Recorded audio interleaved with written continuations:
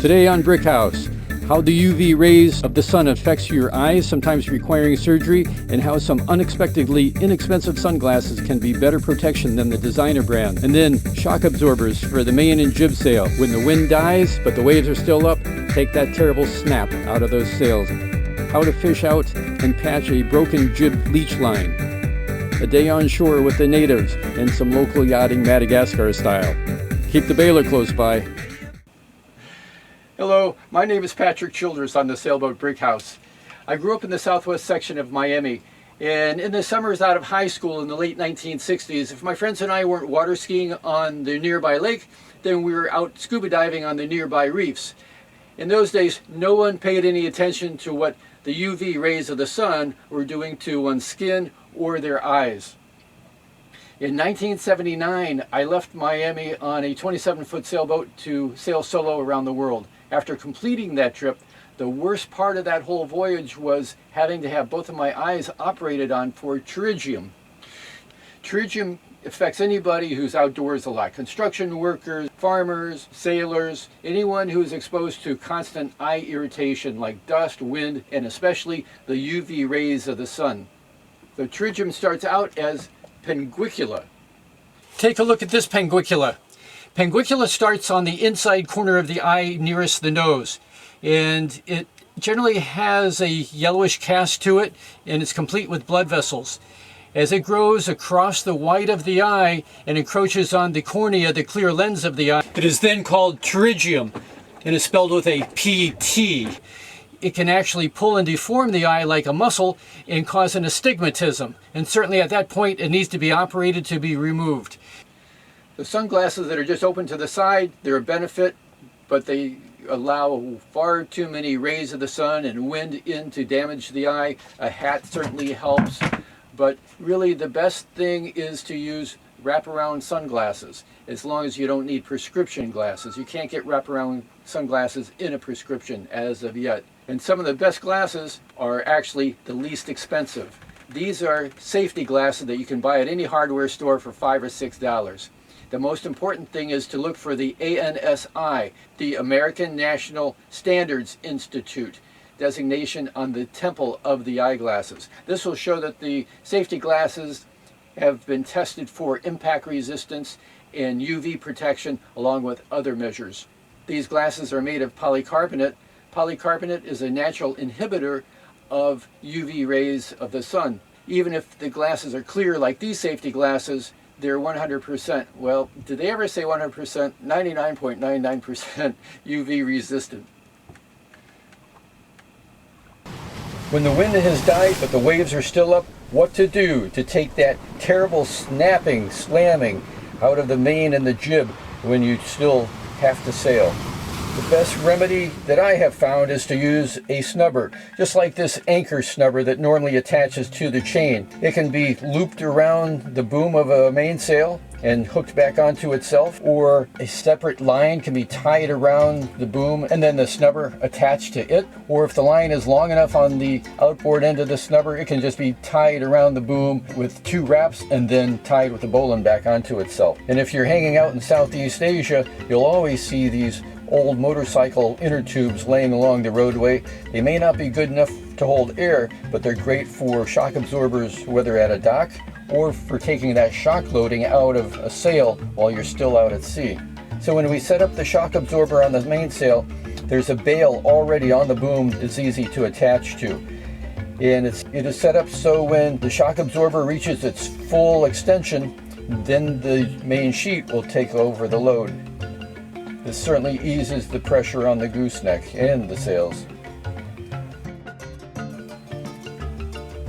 This shock absorber is set up on a Swan 53, and it's so easy to set up the shock absorber on a Swan because there's so many winches and cleats and all kinds of options to attach the bitter end to.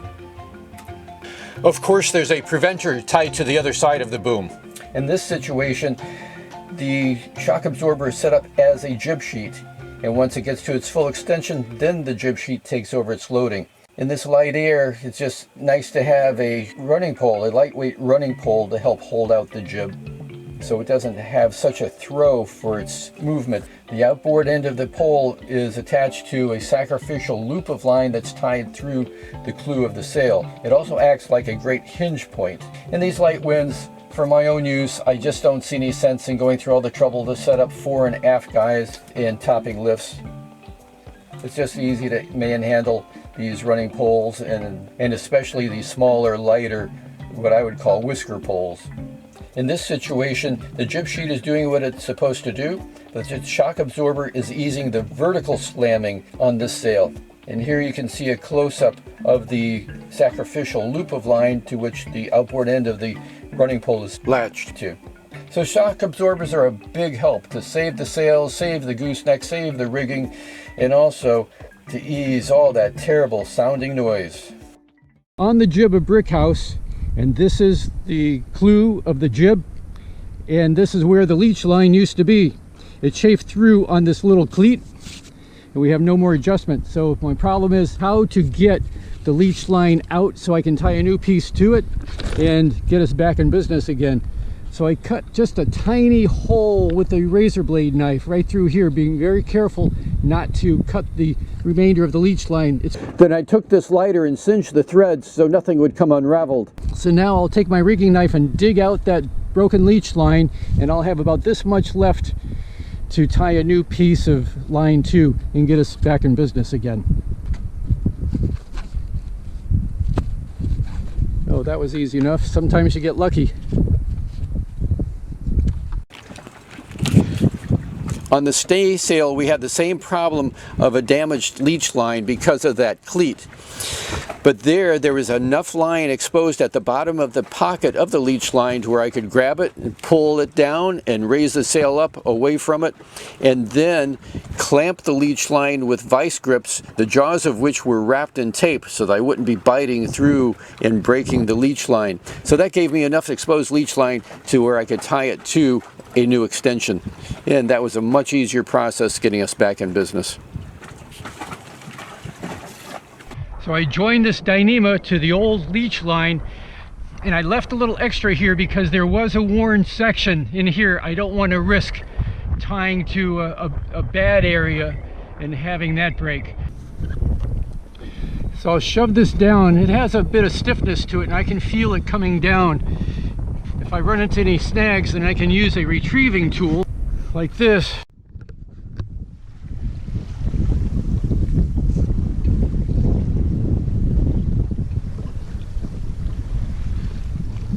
to shove up inside and grab the line and pull it down. But I think this is going to work out okay. Here it is. Oh, good.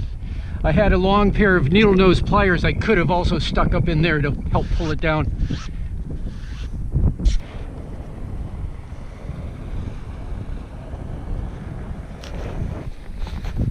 I'll give myself plenty of line to come through. I don't even like using this anymore because of that chafe factor. I'm going to go around it and just use the eyes since we don't really adjust the sail that much. And I'll give myself plenty of line. So I wrapped the new Dyneema extension through the eyes several times and then tied it off, bypassing those terrible sharp jaws of the adjusting cleat. I don't want to turn this into a destination YouTube channel, but there's just so many fun things that we get into. I just feel like I need to show it to somebody. So I have a series of videos here that I've strung together, and this shows our new friend Paul, who showed us around his island and then took us for a sail in his dhow.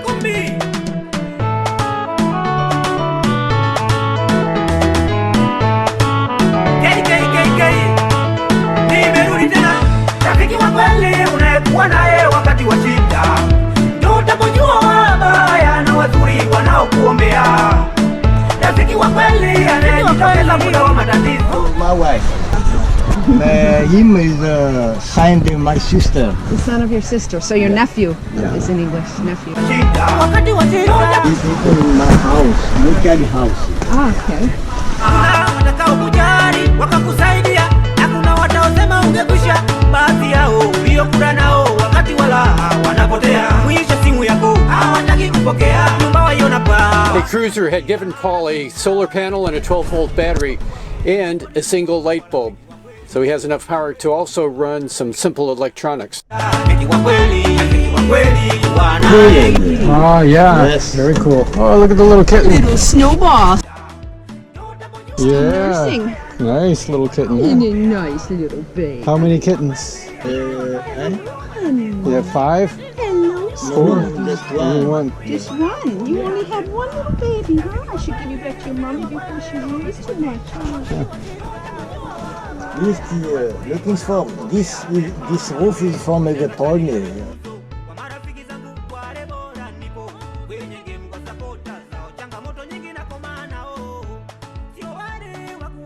Oh yeah, yeah. And then his hood is for blanket. Uh-huh.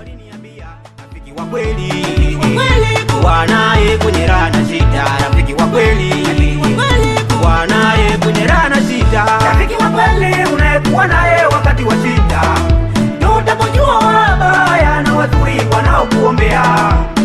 Rafiki wa kweli anayejitokeza muda wa matatizo, utakujua wabaya na wazuri wanaokuombea mema.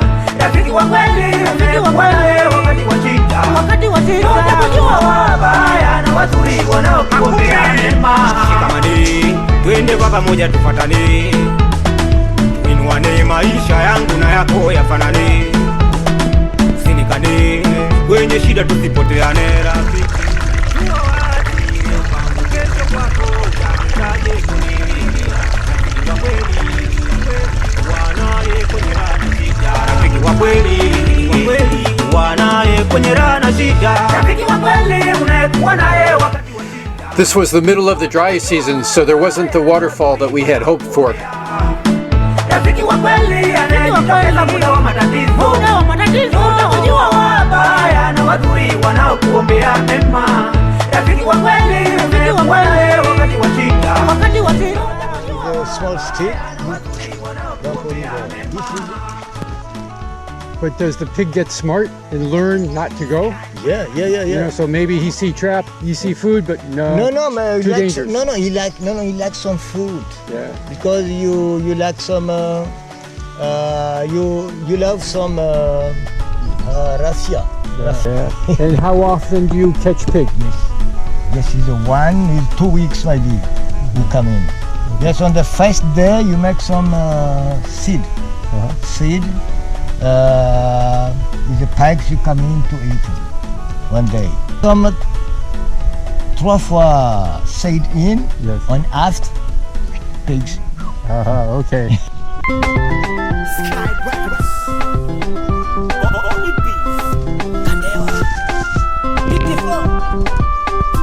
Baby usikosera pale mimi nisipokuwepo.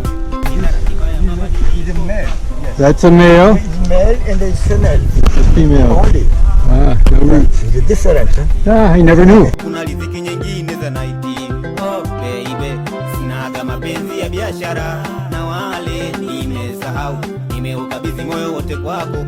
Ondoa wasiwasi kila niendako. A Frenchman had been living on this island and went away for a couple of weeks, at which time he died. But while he was away, a bad storm came along and washed his boat way up onto the sandy beach near the mangroves. And it's been sitting here now for several years.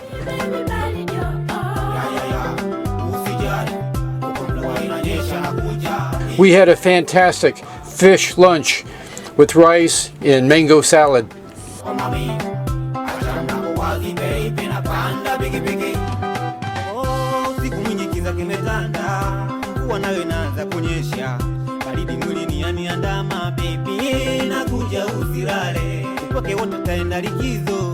Pindi pale nitapofika mimi ni mwisho wa matatizo yako. Baby, sinaga mapenzi ya biashara na wale nimesahau. Nimeukabidhi moyo wangu kwako. Ondoa wasiwasi kila niendako. Usijali, mvua inanyesha na kuja.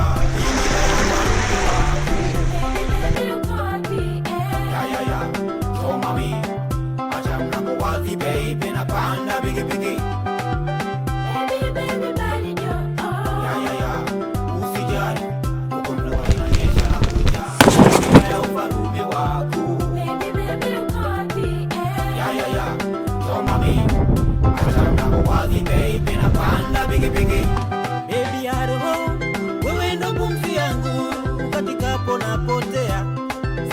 tena zaidi yako, jiunge na baby katika hii dunia. Hakuna raha nyingine kama ukipata anayekupenda sana. Iko kitu muhimu kwenye penzi lako, inakupa vitu unataka wasimu.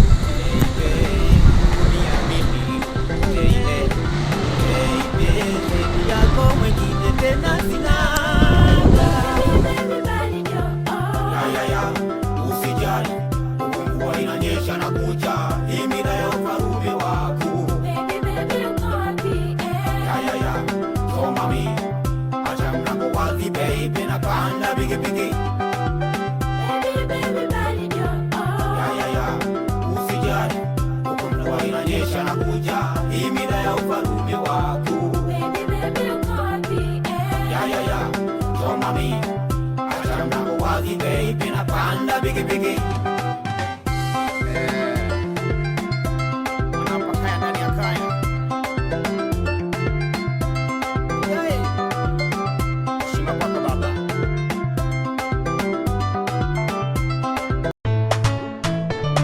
Mwana wa gosi, unapakaya ndani ya kaya.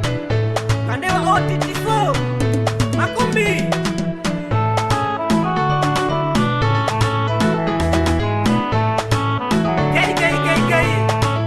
Nimerudi tena, rafiki wa kweli unayekuwa naye wakati wa shida, ndio utakujua wabaya na wazuri wanaokuombea. Thank you, Paul, for a fantastic day.